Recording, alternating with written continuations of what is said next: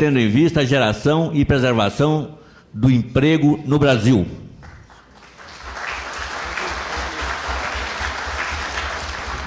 C. Comprometimento do governo com a defesa da engenharia nacional, evitando a ruptura de cadeias de pagamentos e recebimentos por simples suspeitas de irregularidades na Operação Lava Jato, colocando como condição fundamental o pagamento das folhas salariais na cadeia do petróleo e do setor público.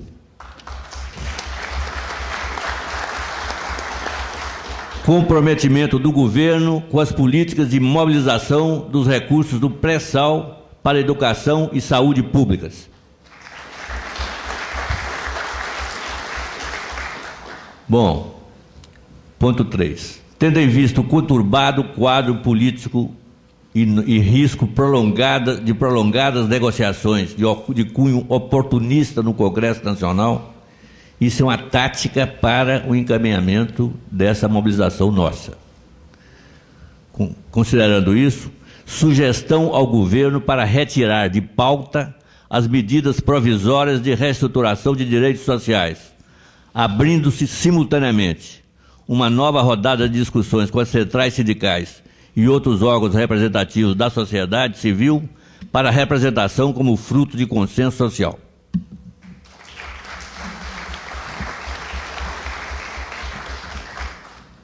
Agora, presidente, eu acho que a gente deveria convocar o pessoal da mesa para uma apresentação de 5 minutos cada um. Nós temos o nome deles, não? Eu tenho aqui. Vou começar por você. Ah, tá. Eu vou começar com o doutor Reinaldo, que vai ter que sair, então eu peço que ele pode assumir a palavra. Doutor Reinaldo é presidente do CREA. Bom, boa noite a todos, boa noite a todos que estão na mesa também. Eu vou falar 2 minutos e meio, para que eu possa aqui ser substituído pelo nosso diretor do CREA, o Fernando Siqueira, para ele ter a oportunidade de falar mais 2 minutos e meio. Eu estou saindo aqui hoje para uma reunião amanhã com todos os presidentes de CREA, levando um manifesto e atualizando as informações que estão sendo colocadas aqui no Clube de Engenharia. E tudo que está rodando em torno. Mas nós temos que ser mais práticos e pragmáticos em relação a essa questão. Se a cadeia da engenharia for desmontada nesse país, o país quebra. E estão começando a quebrar o país até pelo sistema de partilha, como foi o sistema de Libra, que interessa fazer dessa forma ao capital internacional. Se o dólar chegar a 140 dólares, o Brasil tem direito a ficar com mais 5% do que ele tem, além dos 42,5%. Mas se cair a 60 dólares, o Brasil tem que devolver quanto, Siqueira? Hein, Fernando? Quanto é que tem que devolver? 30%? Cai para 31%. Ou seja, então, é desleal isso. Enquanto a Noruega fica com mais de 80% do petróleo que é produzido, que tem um fundo soberano de 900 bilhões de euros. E nós somos 10 vezes maior em termos de petróleo do que a própria Noruega. Então, a engenharia brasileira já começou a ser desmontada. Se a construção civil cair, leva 15% do PIB. Se a produção de óleo e gás no Brasil cair, leva 13%. Só aí são 28% do PIB nacional. Então nós temos que lutar, nós temos que ir para as ruas. Já que a Rio Branco está interditada, vamos lá para a Candelária, levar o povo para a rua, para o povo poder compreender, porque só assim a gente muda essa situação de coisa. Então, Zé Carlos, eu vou ir ao presidente do clube, eu vou ir à mesa, eu vou pedir licença por causa dessa viagem a Brasília e pedir o nosso diretor, Fernando Siqueira, para assumir o nosso lugar, se vocês permitirem, acusando também a presença do Dr. Benedito, que é nosso diretor. Nós temos 3 diretores do Clube de Engenharia na direção do CREA, dada a importância que nós estamos dando ao desenvolvimento da engenharia nacional a partir do Clube de Engenharia. Obrigado a todos. Muito obrigado, presidente. Uma boa viagem para o senhor. Eu queria convidar o doutor Adi Damuz, por gentileza. Prefere aqui? Senhor presidente, senhores componentes aqui dessa mesa, minhas senhoras, meus senhores, ontem nós estivemos, num grande ato na Associação Brasileira de Imprensa, com o mesmo objetivo, no mesmo sentido em que esse ato está sendo realizado aqui hoje, em defesa da Petrobras. Eu, basicamente, vou reiterar o que eu disse ontem. Acho que hoje defender a Petrobras é defender o Estado democrático de direito, que está sob ameaça nesse momento em nosso país. Eu vejo algumas atitudes em relação à condução desse processo, que são atitudes antipatrióticas, antinacionais, e eu não sei onde o condutor desse processo e os jovens procuradores da República que estão instaurando a ação penal, verdadeiros, são meninos muito bem preparados, passaram num concurso muito difícil, mas completamente irresponsáveis. Não sabem com que estão brincando. Estão manejando noções jurídicas ao arrepio de tudo aquilo que nós aprendemos nos bancos da Faculdade de Direito. Eu perguntei a alguns colegas se alguns princípios que me ensinaram nos bancos da faculdade continuam em vigor. Porque eu fui ver na Constituição, continuam, mas, enfim, quem sabe tenham sido revogados aí por alguma emenda constitucional, eu não fui informado.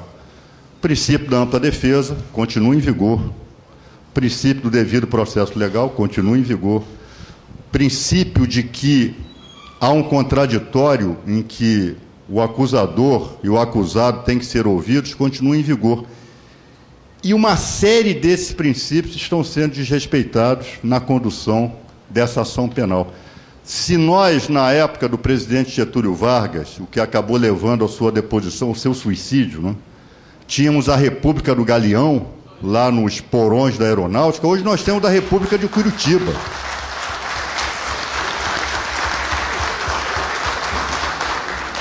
Eu tenho conversado com alguns colegas, há uma série de irregularidades nesse processo. A começar pelas prisões. As prisões são absolutamente desnecessárias. Prende-se preventivamente quando a prisão assegura o sucesso futuro do processo, a efetividade do processo. Não havia nenhuma necessidade de prender, como não está havendo nenhuma necessidade de manter essas pessoas presas. E também é inexplicável que o habeas corpus, que já foi proposto perante o Supremo Tribunal Federal, relator o ministro Teori Zavascki, que há mais de um mês, ou há quase 2 meses, até hoje foi sequer apreciado. Eu não quero acreditar que o ministro Zavascki esteja com medo da chamada opinião pública, porque isto hoje mete medo em todo mundo. O que nós estamos acompanhando no país hoje é um recrudescimento de ações verdadeiramente fascistas,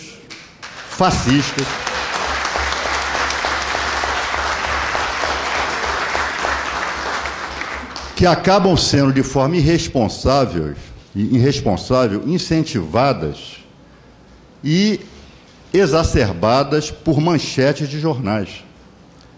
Estamos vendo uma greve de caminhoneiros parando o abastecimento da população brasileira, e por mais justas que venham a ser as reivindicações desses trabalhadores, desses caminhoneiros, eles não têm o direito de paralisar o país. Nós vamos chegar onde? Ao Chile? A greve de caminhoneiros que contribuiu para a queda de Allende? É a isto que estão querendo chegar aqui nesse país? Vimos anteontem o episódio repugnante e preocupante de o ex-ministro Guido Mantega, numa recepção de hospital, ser escorraçado quando levava a esposa para um tratamento de câncer no hospital Albert Einstein. À luz desse cenário fascistizante que nós estamos vivendo nesse país hoje. Ora, vamos imaginar, voltando à tal Operação Lava Jato. Primeiro prendem as pessoas, prendem, e depois negociam a delação premiada. O perfil dessas pessoas são grandes executivos. Podem estar envolvidos em desvios? Podem estar envolvidos em desvios. Mas o processo penal, o processo civil, o processo do trabalho, ele requer provas. Ele requer que, com base em provas, a acusação apresente aquilo que entenda deva ser apresentado e o juiz decide com base nas provas. E provas licitamente obtidas. Essa delação premiada, da forma como ela está sendo encaminhada nessa Operação Lava Jato, ela tem configurado verdadeira chantagem. Chegam lá para os caras, olha só, a próxima a vir para cá vai ser sua mulher, a próxima a vir para cá vai ser sua filha. O cara canta o que eles quiserem ouvir. Dizem o que eles quiserem ouvir. E isto não é lícito na condução de uma ação penal. O perfil dessas pessoas são pessoas que não aguentam esse tipo de situação, esse tipo de pressão. Não são o Apolônio de Carvalho, que resistiu bravamente às torturas no doicode. Não se trata disso, não.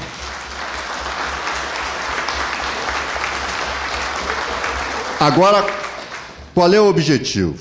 O objetivo anunciado, né, como sempre, é limpar o país, é combater a corrupção, né? Esse é o objetivo anunciado. Mas a forma como o processo está conduzindo nos faz supor que há um objetivo não anunciado, que é um ajuste de conta político-partidário. É golpe. Isso só tem um nome: golpe. Golpe. Desestabilizar o país, desestabilizar o governo, e de uma maneira mais grave de como acontecia às vésperas de 64, porque 64 era um golpe aberto, um golpe militar, havia tanques nas ruas. Hoje não. Hoje, os atos ilícitos, o desrespeito à Constituição, a inobservância de normas do Estado de Direito Democrático são praticados por órgãos estabelecidos legalmente, constitucionalmente, um juiz togado, concursado, procuradores da República.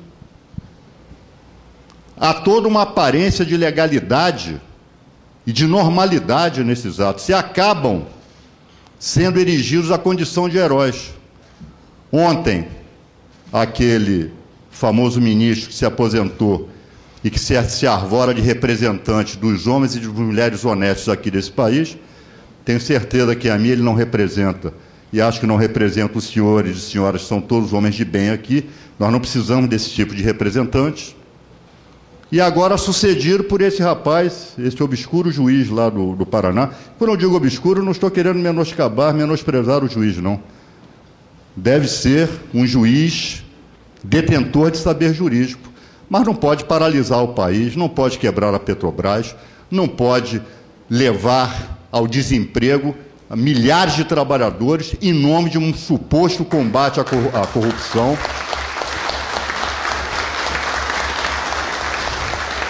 Em nome de um suposto processo de limpeza, né, das instituições jurídicas, da vida nacional, né. O professor Dalmo de Abeiro Dallari disse há algum tempo atrás, né, não se esqueçam disso, ele dizendo para uma plateia como essa aqui: pior que a ditadura fardada é a ditadura togada. Nós não podemos aceitar, nós que combatemos a ditadura fardada, não podemos aceitar ditadura de toga ou ditadura seja lá do que for. E é isto que acaba se urdindo com esse tipo de atitude, com esse tipo de descaracterização, de desmoralização dos princípios da Constituição.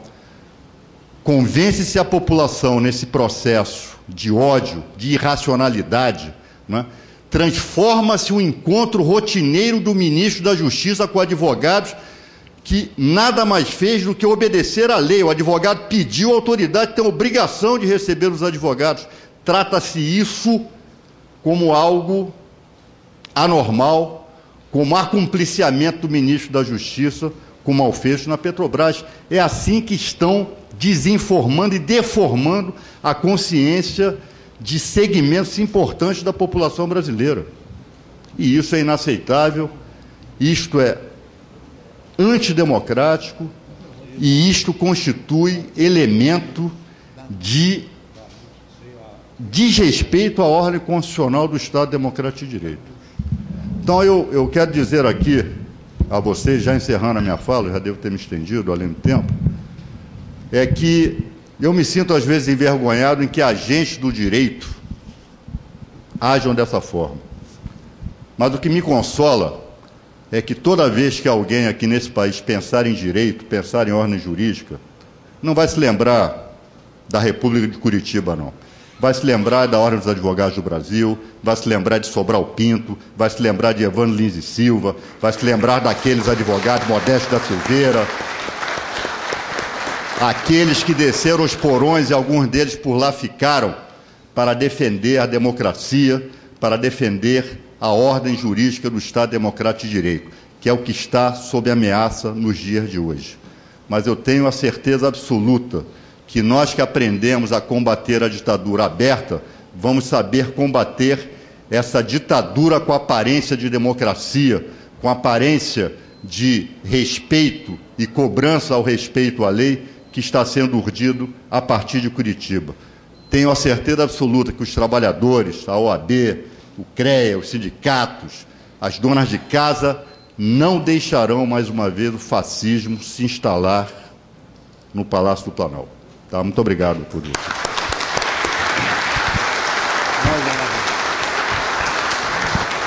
Muito obrigado. Eu queria anunciar aqui a presença do Sebastião, da nova Central Sindical. Muito obrigado, Sebastião. E presença do Cândido, do IBASE. Queria agora passar a palavra para o ministro Roberto Amaral.